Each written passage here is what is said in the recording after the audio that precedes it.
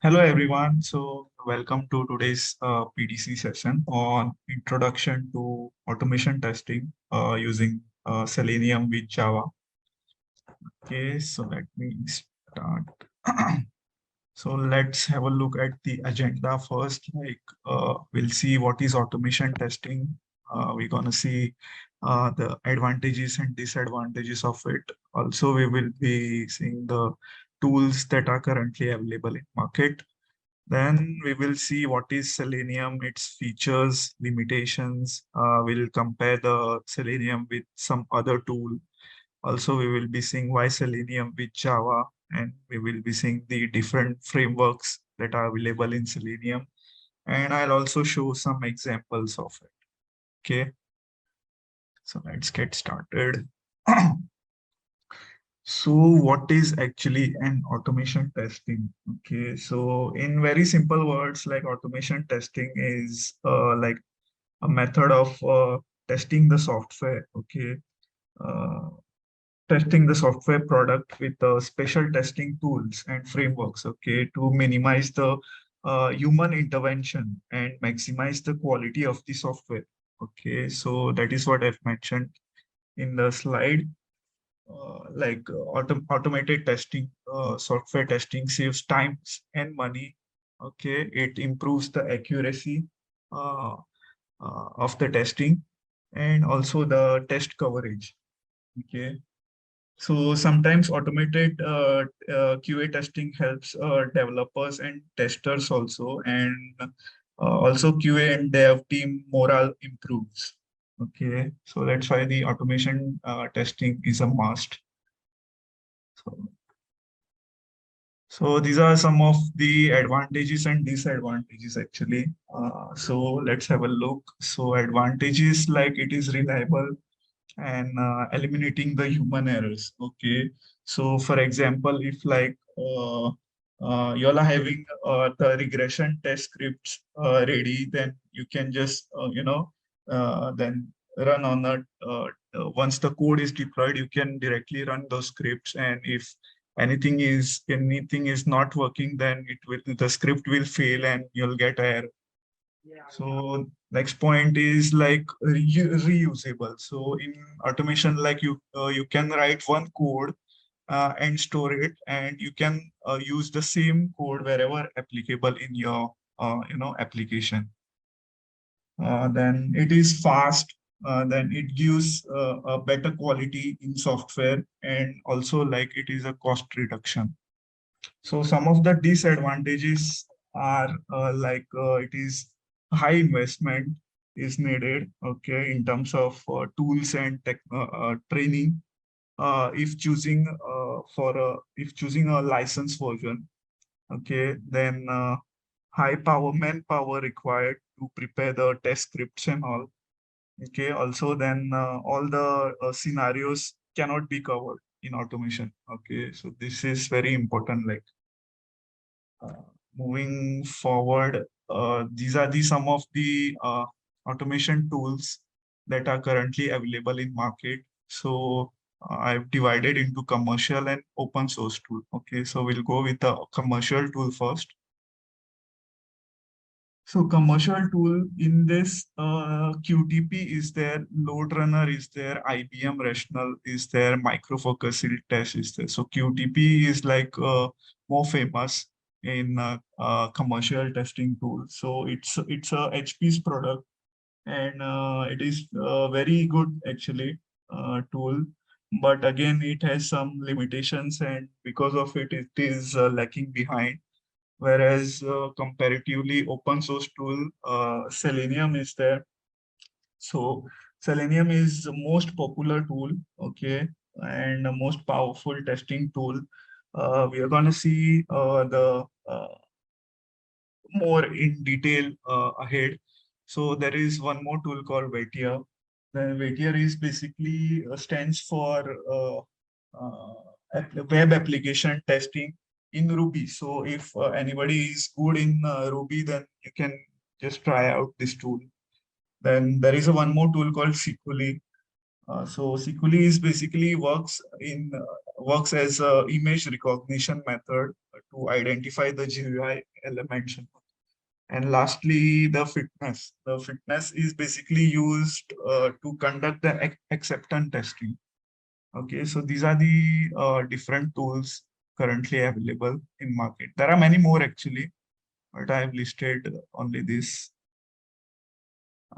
So starting with the Selenium now. Okay, so in simple words, Selenium is an open source automated testing tool, okay, which is used to validate the web application across different browsers and platforms. Okay, that is what I've mentioned here. So it is a browser-based web application testing tool. So it supports only web application. Okay, any desktop application and all, it is not supporting. Then it is an open source tool, like free of cost. Anybody can download and anybody can access this. And it has multiple framework support. Then it supports mobile testing also. Okay, so yes, it support, but there are like that third-party libraries are there which needs to be imported. Okay, for example, for Android automation testing, there is a Cell Android library which need to be uh, uploaded in the project. Then lastly, it is Selenium use only two types of testing, that is functional testing and regression testing. Okay. Then these are some of the features of Selenium. As I said, Selenium is open source and free software to use. Then it supports multiple programming languages, that is Java, Python, PHP, C Sharp, Ruby, and all. Then installation is very, very easy for this Selenium. Then it supports multiple browser, that is Chrome, Firefox, Edge, Safari, and all. Although Internet Explorer is now deprecated, but used to support that also. Then integration with the third-party tool is very simple. Okay, it is very easy. Just download the dependency and import the library. That's it. And lastly, assertion statement provide an efficient way, okay, of comparing the actual and expected result. Okay, moving ahead. Yes, so there are some limitations also. Okay, so firstly, it doesn't, as I said in the previous slide, it doesn't support desktop application. Okay, so programming knowledge is a must. Okay, then no inbuilt reporting structure is there. Okay, so Selenium gives those reports and all on a console itself, which is pretty bad actually. So because of that, we need to add some extra dependency, like for example, TestNG or JUnit. Okay, then the technical issues. Okay, since it is an open source tool, so in case of any technical issues, you need to rely on the Selenium community forum, okay, to get your issues resolved. And lastly, it doesn't support the QR code and Google reCAPTCHA. Actually, this is a major drawback of Selenium actually. Okay, so moving ahead. So yes, let's compare some of the features with the QTP tool. Okay, so as I explained in the previous slide about the QTP, so QTP stands for Quick Test Professional, and it's a HP's product. So it is paid, and Selenium is open source tool. Uh, then it is a highly Selenium is highly extensible. Okay, any number of add-ons and dependencies can be added, whereas QTP is limited add-ons. Then Selenium can run the test across different browsers. Okay, whereas QTP has a support of only Firefox, then Chrome and IE, although IE is deprecated now. Then Selenium supports multiple operating system, whereas QTP supports only Windows. So it works in only Windows. And Selenium supports mobile application also. Okay, and QTP also supports mobile application, but uh, it uses another HP solution called HP Mobile Center. Okay, so which is again a paid version tool. So that is again a drawback. Like then in Selenium, while executing the script, you can like minimize your browser and you can do any other task, any other work. Whereas in the QTP case, it is not possible. Okay, so in the QTP, the application test should be visible on the desktop. Then lastly, parallel testing can be possible with Selenium, and it can be possible with the QTP also. But uh, again, it support different tool. It uses different tool for parallel testing. That is Quality Center, which is again a paid version. Okay, so yeah, that's the comparison point between Selenium and QTP. So I'd like to mention some more points which are not actually there in the slides. Like QTP supports only VB scripts. Okay, so if you want to use QTP, then you should be very good with the VB. Okay, and as you know that Selenium support different programming language. Uh, One more point is like reporting structure in Selenium is pretty bad. Okay, the reports are only shown on the console, whereas in the QTP it generates a very good quality of report. Okay, so moving ahead with why Selenium with Java. Okay, so actually a large number of users, okay, uses the Selenium with Java. Okay, about 77% of the Selenium tester is using Java, which makes the knowledge sharing very quick and easy. Then it has a stronger community, okay, option. Then initially Selenium is also developers. Initially Selenium developed using the Java, so also Java is more familiar with it. Then more than 80% of the experts prefer to work with Selenium in Java. Then learning Java and its set of libraries gives a greater potential for testing. And lastly, program returns in Java runs faster than the comparatively Python language. Okay, and there are different frameworks actually available in frameworks. So some are these are the listed ones. So TestNG and JUnit is there. Okay. So TestNG is basically a unit level framework. Okay. Initially started with the JUnit, but its updated version is TestNG. Okay. And the NG stands for next generation. Okay.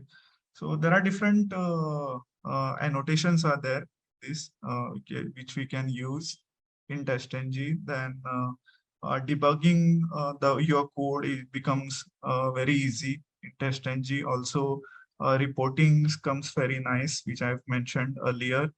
Then one more advantage of using this TestNG is like no need to write your main method. That is that public static void main and all. You just need to write your main method and execute your script. That's it. Then the second framework is like a data-driven framework. So data-driven framework is basically an automation testing framework that allows you to use the single test script, okay, to validate the test case against the different types of test data. Okay. See, suppose for example, you have a login page, and you need to test that login page with different set of data. So in that case, you can like go ahead with the data-driven framework. Okay, so second is this keyword-driven framework. So it is basically a functional automation testing framework that divides test cases into four parts actually. Okay, in order to separate the coding from the test cases. Okay, and test steps for a better automation. Okay, and lastly, the hybrid framework. So this hybrid framework is basically combination of both data-driven and keyword-driven framework. Okay, so apart from this four, I think Cucumber framework also supports. Then there is a robot framework is there. It also supports Selenium. Okay, let's ahead. Okay, so this is like one example I'm showing this folder structure. This is okay. So this project is basically a Maven project. Okay, so it looks like this. So you can see like SRC main Java is there, and under that many packages are there. So first is the action driver package. So under this the actions what we are using again and again. So we can like define some on a common package, and you can use those same in another wherever we need to use. Okay, so we can define in this action driver. Then another package is the base package. Okay, so base package is something like the script which we need every time to run. Like for example, opening of browser, hitting the URL. So this is a common method. So we can keep all those stuff into a base package. Then data provider is there. This is to fetch the values from the Excel. Okay, for that, all those configuration files and all can keep in the data provider package. Then the page object. So basically we are storing all the locators and actions what we need to perform. So all that kind of stuff we can store in a page object package. And lastly, the utility package. So utility is like if you are assigning the third party tool, like for example, for reporting, you are using extend reports and all, then some configuration files need to be there. So you can keep all those files in utility package. Okay. Then under SRC test Java, these test cases are there. Okay. So under this package, you can actually keep here all the test cases. Okay, then SRC test resources, you can keep your test data over here. For example, if any Excel files are there, then it should be under this test data. Okay, then these are the different dependencies and libraries. Okay, this is Maven dependency test ng, and this is GRE Java libraries. Okay, then yeah, this pom.xml file and testng file, these both are very important files. Okay, so whenever you create a Maven project, so this pom.xml file, it by default create. Okay, and you can store like different dependencies in this, and you can store different test cases in this. Okay, testng.xml. Yeah, so this is a pom.xml file. So how you can be how you can write actually the dependencies and all. So you need to include this dependency tag, and under this you can write one dependency. So for now I have added this one Selenium dependency, and you can see like version I have added 4.1. So this is one dependency. Second one a dependency I have added for test engine. You can see like, and the version of it is 7.5. So like that way you can like put dependency over here in pom.xml file. So you can say like pom.xml file, it is like a heart of the project. Okay. If any error comes in this file, or if this file is missing, then the project won't work. Okay. So if the pom.xml file is the heart of the project, then testng is the brain of the project. Okay. So wherein you can define different test cases over here. Like you can see like com.exvents.test cases and header test. So it will run all the test cases which are mentioned in this page, this header page, and it will go proceed further with the footer page. Okay. Accordingly, it will execute all the test cases. Okay, so for regression testing and all, this file is really must important. And also like we are running the code on whenever we run the code on the server and all. So this file plays a very important role. Okay. So running the code from the command prompt. Okay, so for prerequisite for this, Maven should be installed on your system. Okay, once it is done, so you can just type cd and your project folder path. Okay, and the command will be this Maven clean test hyphen dshoot xml file equals to testng file. Okay, so it will run all the test cases which are mentioned in this testng.xml. Okay, so this is from the command prompt. And if you're running, if you're using any IDE tool, like for example, Eclipse and all, then you can just right click and you can just right click and execute your script by testng. Okay. So these are the reports, okay, that generate. So these are the extend reports. So in this report, like you can see like what is the date that execution happened, what is the time, then how many test cases got passed, how many test cases got failed and all. So it shows very nice pie chart and all, and also it gives the timeline. So each test case took how much time. So it looks really nice, and also it shows like which are the failed test cases and all. And also it gives the exception and all, why that particular test case got failed, where exactly it is failed. Okay. So yeah, that's it, guys. You have any questions?